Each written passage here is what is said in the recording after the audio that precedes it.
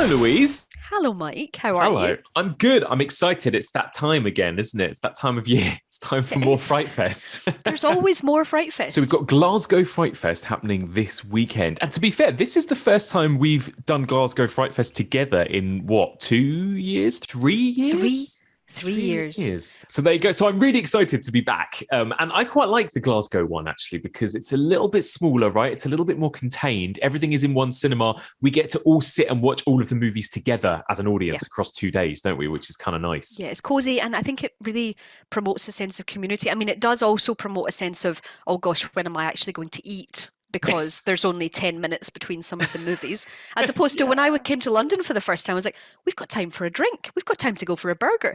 Doesn't really happen in Glasgow because they condense it right down. It's true. It's very squished. It's very intense, but I think it'll be good fun. It'll be great. And some of these movies look really interesting as well. And a couple of them we've already seen, and we won't give away anything, but most of them we haven't. So we'll just go through the program and see what we think by the sound of some of these movies before we watch them. So the opening film on the Thursday night at 9 p.m. is a movie called Night's End.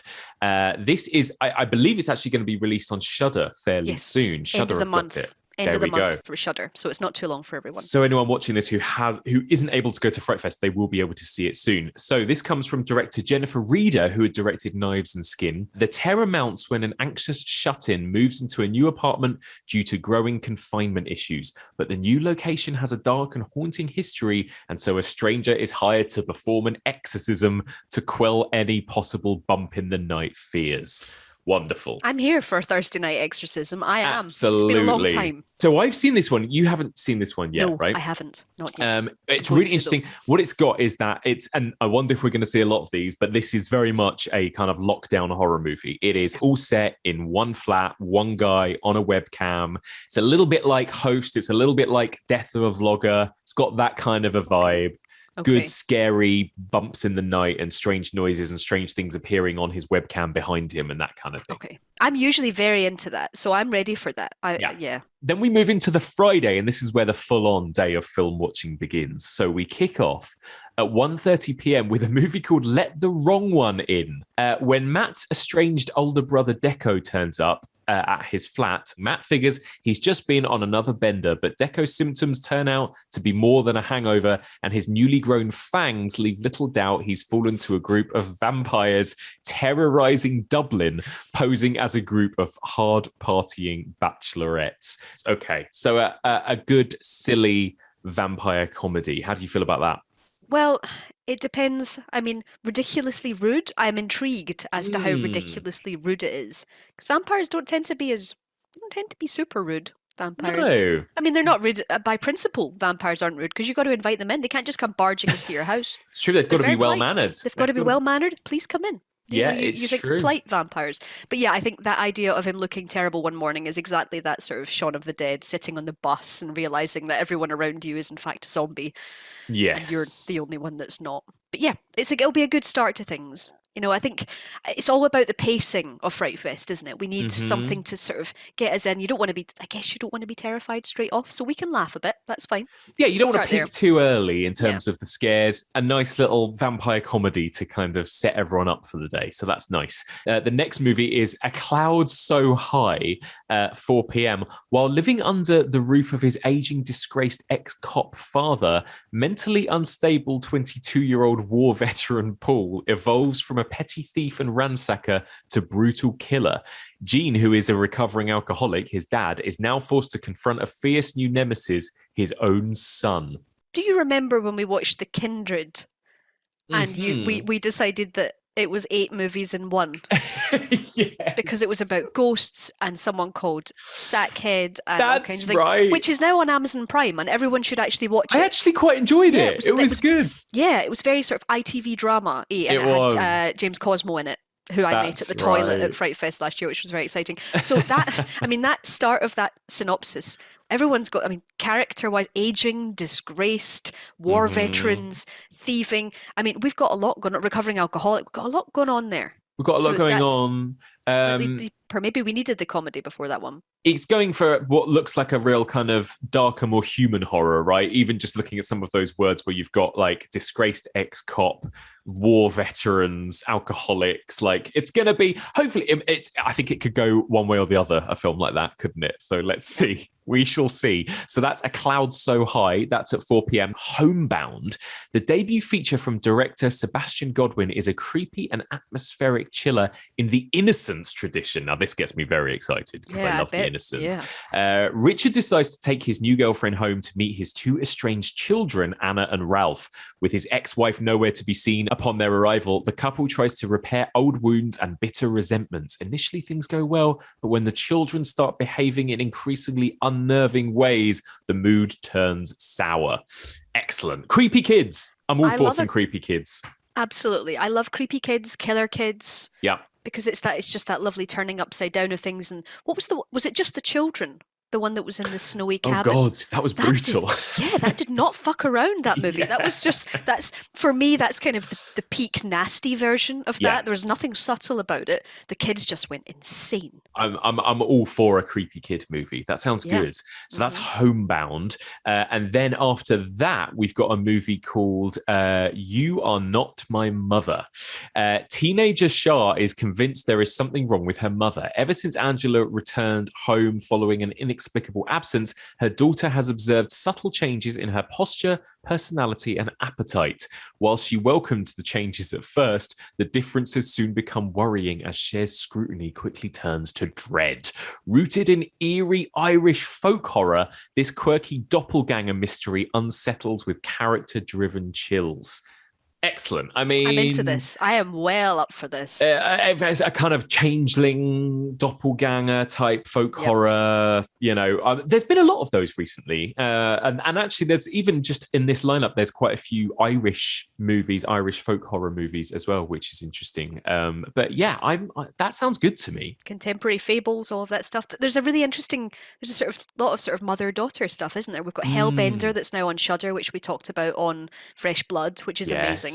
And this will be a very different relationship because that one was so sweet because it was so close, but it's also scary. And this one's something that's similar. Indeed. That does look really good. So that is You Are Not My Mother. And then the last movie of the first day of Friday, the late night movie, is Wormwood Apocalypse. Is it Wormwood? Wormwood? I think Wormwood. Wormwood. There's a Y. Yeah. In the glorious style of 70s Ozploitation, Wormwood Apocalypse sizzles with spectacular action and anarchic glee. Siblings Barry and Brooke join forces with fellow rebel soldiers Reese as they take on his former bosses who are intent on slaughtering their way through a zombie-infested wasteland to find a cure. Great. Yeah, and it also says, with more twists and turns than a pair of wrestling snakes, which is exactly what we need is wrestling snakes, especially by 11 o'clock, or whatever time it is on Friday night. Yes. Especially after things might have been quite heavy with the folk horror, we might need all of this gory zombie. Yeah, we need a zombie-infested wasteland. Traditionally, the late-night movies are those kind of more fun, irreverent ones, right? What was the one? Yeah. We saw one with giant ants or something? I was going to say, it was the giant ant one, the one with Leisha Haley in it. Yeah. Like, that was just bizarre. And also, before, that was the one that turned, was it the giant? No, that was Crabs that turned into the kaiju Crabs, movie. Also Crabs a late-night Fright Fest one as well. Enjoyed Crabs. But yeah, I mean, zombies can do it too. So zombies are always good fun, aren't they? Yeah, I want lots of splattery gore and super splatter. Yeah, exactly. Nothing too difficult for my brain is what I want at that time of night after that many films back to back. So there you go.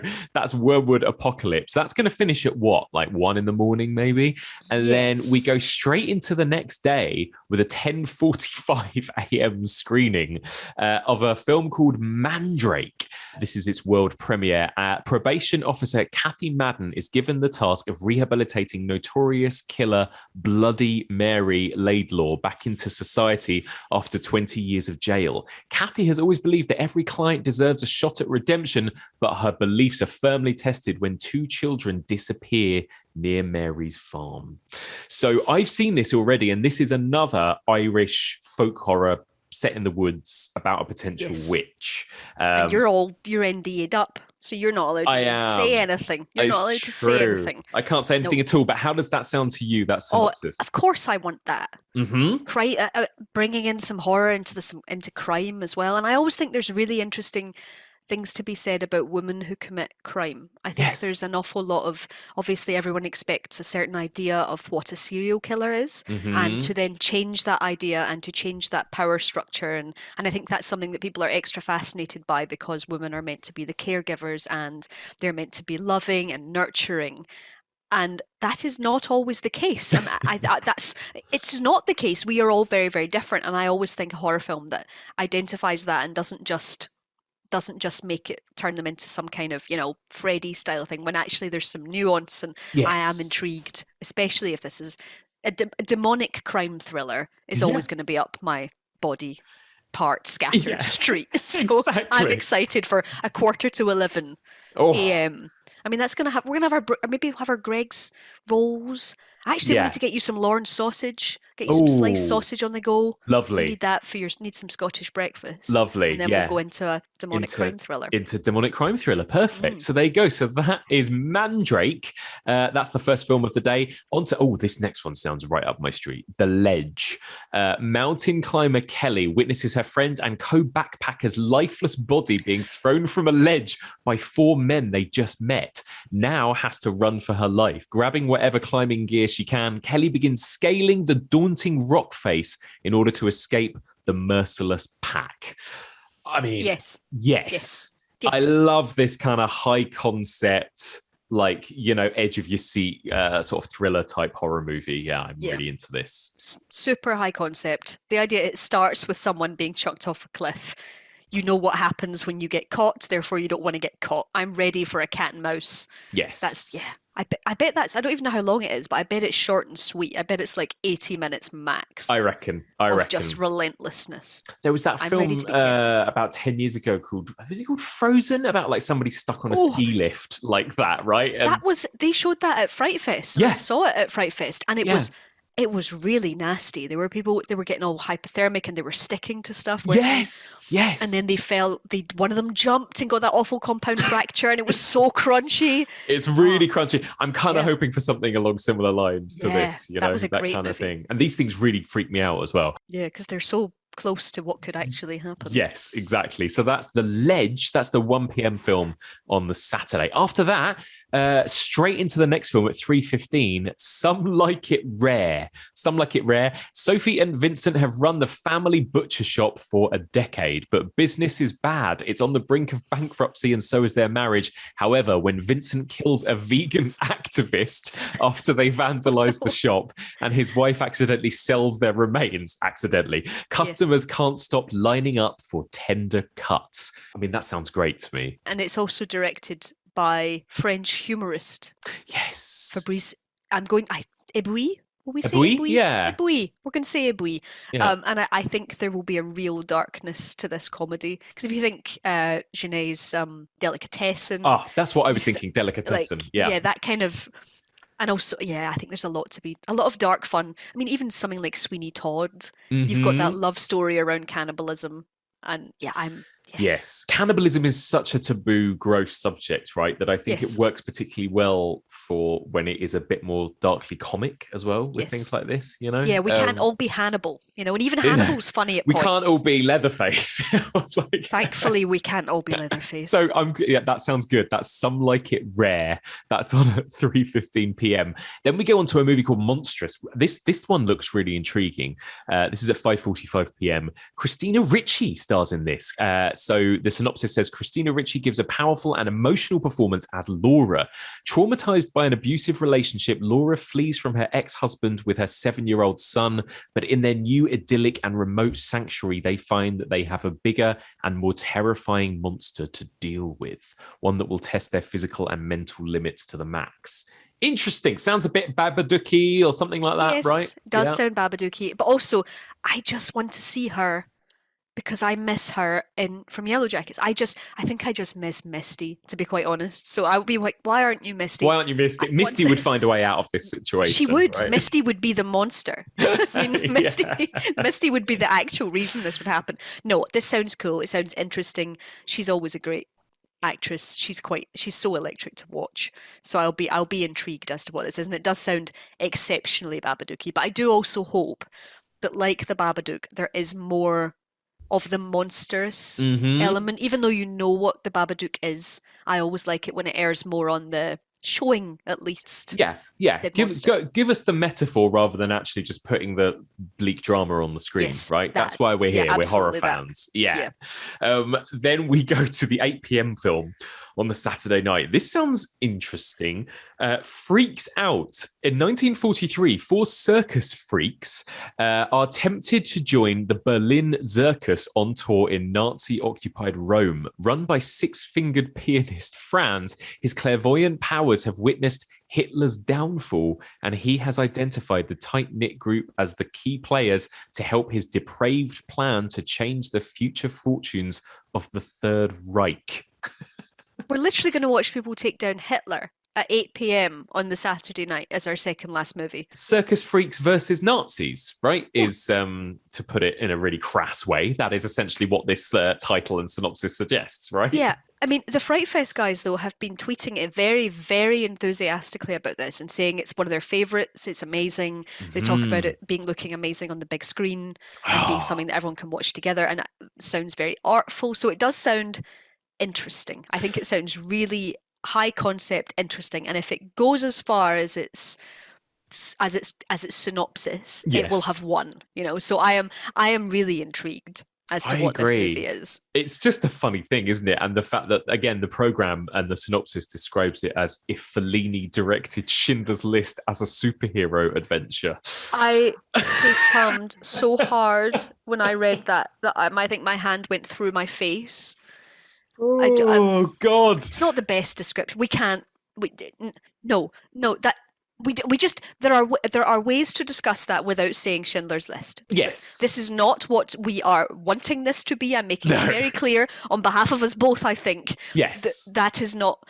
No. It's just that title, Schindler's List, yes, isn't it? That does it. That exactly. makes it sound, You're because there's no. countless incredible fun films about killing Nazis, right? Whether it's Raiders of the Lost Ark or even The Sound of Music, Inglourious Bastards. Exactly. But it could be really fun, and it's directed by Gabriele Minetti, who directed a movie called They Call Me G. Grobot, and this was a film I saw at Fright Fest about 5 years ago. And again, it wasn't really a horror film. It was sort of a superhero film, but a really gory, splattery kind of culty one. And it was really good. And the audience absolutely loved it. So I wonder if this will have a similar vibe to that. Yeah. So. Friend of the pod, Jamie Graham, loves They Call Me G. Grobot, which apparently, because I said to him I'd heard of it, but I've never seen it. It's never been made available. We can't. It was one of those see it at the festival only type of deals. Yeah, and maybe that will be the same with Freaks Out as well. So it's good that we're going to get to see it. So there you go. So that is Freaks Out. That movie is 140 minutes long. So it better be good, Louise. It better be good. So then we go on to The Cellar, and this is the last closing film, being screened at 11 p.m. on the Saturday night. Just as they are about to start a fresh life in the country, the Woods family, I like that they're called the Woods family, quickly realize there is something not quite right in their new home. As soon as they arrive, Kira and Brian's daughter mysteriously vanishes into the cellar, counting a never-ending number of steps. She disappears. Soon they discover that there is an ancient and powerful entity controlling their home, one Kira will have to face or risk losing her family's cursed souls forever. Wonderful.